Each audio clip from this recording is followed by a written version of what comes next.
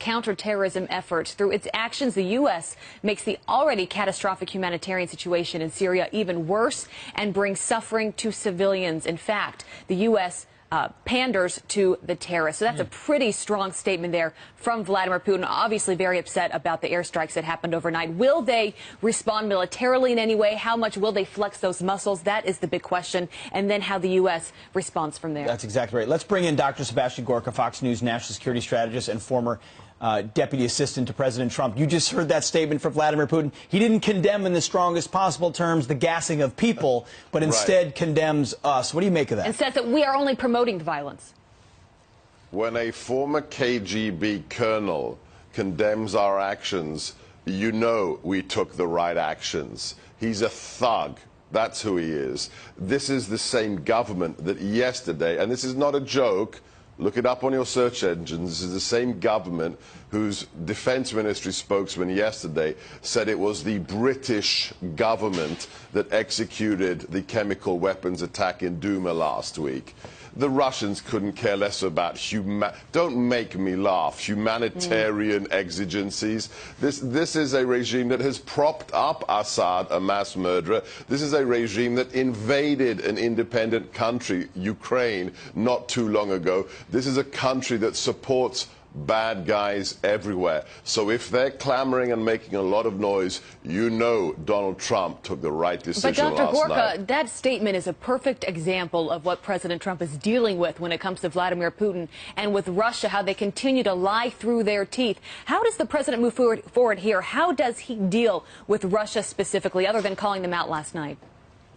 Everything that, so the president is a patriot. He's the new commander-in-chief, but he's a pragmatist, and he said it, you know, the week he became president or won the election, he gave a press conference in Trump Tower where he said, in theory, I'd like us to have better relations with Russia. Why? It's a nuclear power. It's got 11 time zones. It's on the UN National Security Council. So it makes sense to have decent relationships with Russia. But even back then, a year and a half ago, he said, if that's not possible, so be it. If they continue to do things that are against international norms, if they exploit and exacerbate unstable conditions around the world, then we can't cooperate with them. And last night we sent a very clear message, and Pete was right. When they didn't respond, when they stayed quiet, you know that they got the message that it is not business as usual, and they can no longer get away with murder like they have in the past. So, Dr. Gorka, aside from Russia, the message also being sent to Iran and even North Korea. Absolutely, Griff. Absolutely.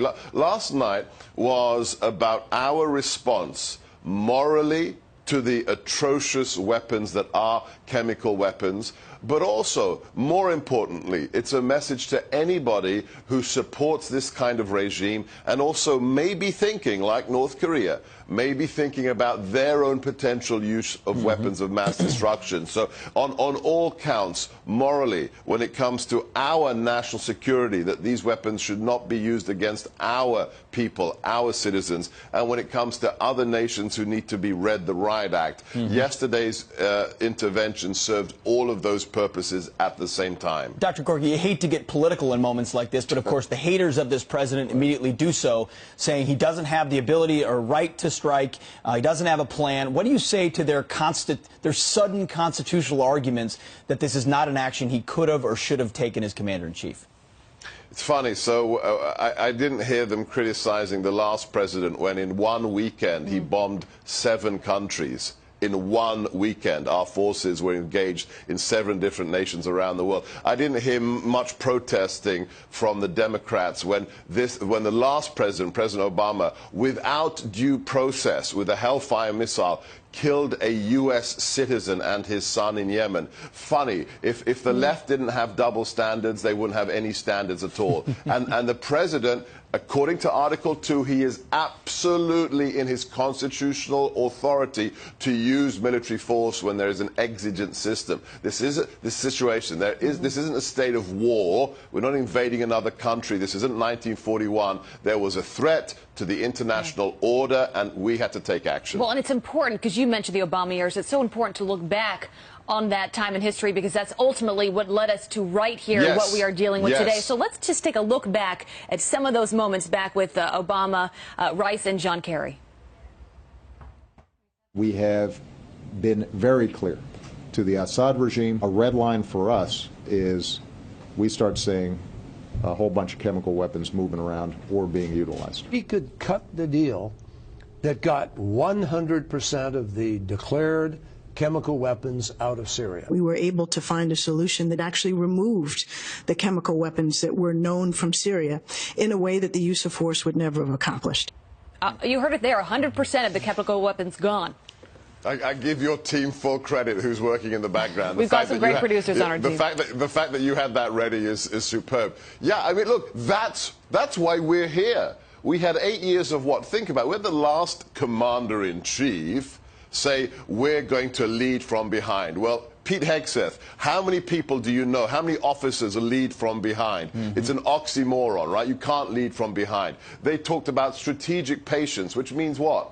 We're not going to do anything. We're going to let other actors act. Well, what happened? We had a Dantean inferno around the world because of that lack of American leadership. We had Russia invade Ukraine. We had the rise of ISIS. We had China building fake islands with military bases on them. We had the JCPOA Iran deal that actually strengthened and emboldened Iran, which is the key sponsor of Assad. That all changed at 12:01 on January the 20th when Donald Trump became president, and now he's fixing all the disastrous policy mistakes made by Kerry, Clinton, and Obama. Phrase of the morning, Dantean inferno, because of a lack of American leadership. Doctor, thank you very much for your time and insight. Thanks, really guys. appreciate it. Thank you, Doctor. All right. Thank you. Thank you, God bless you, and God bless America.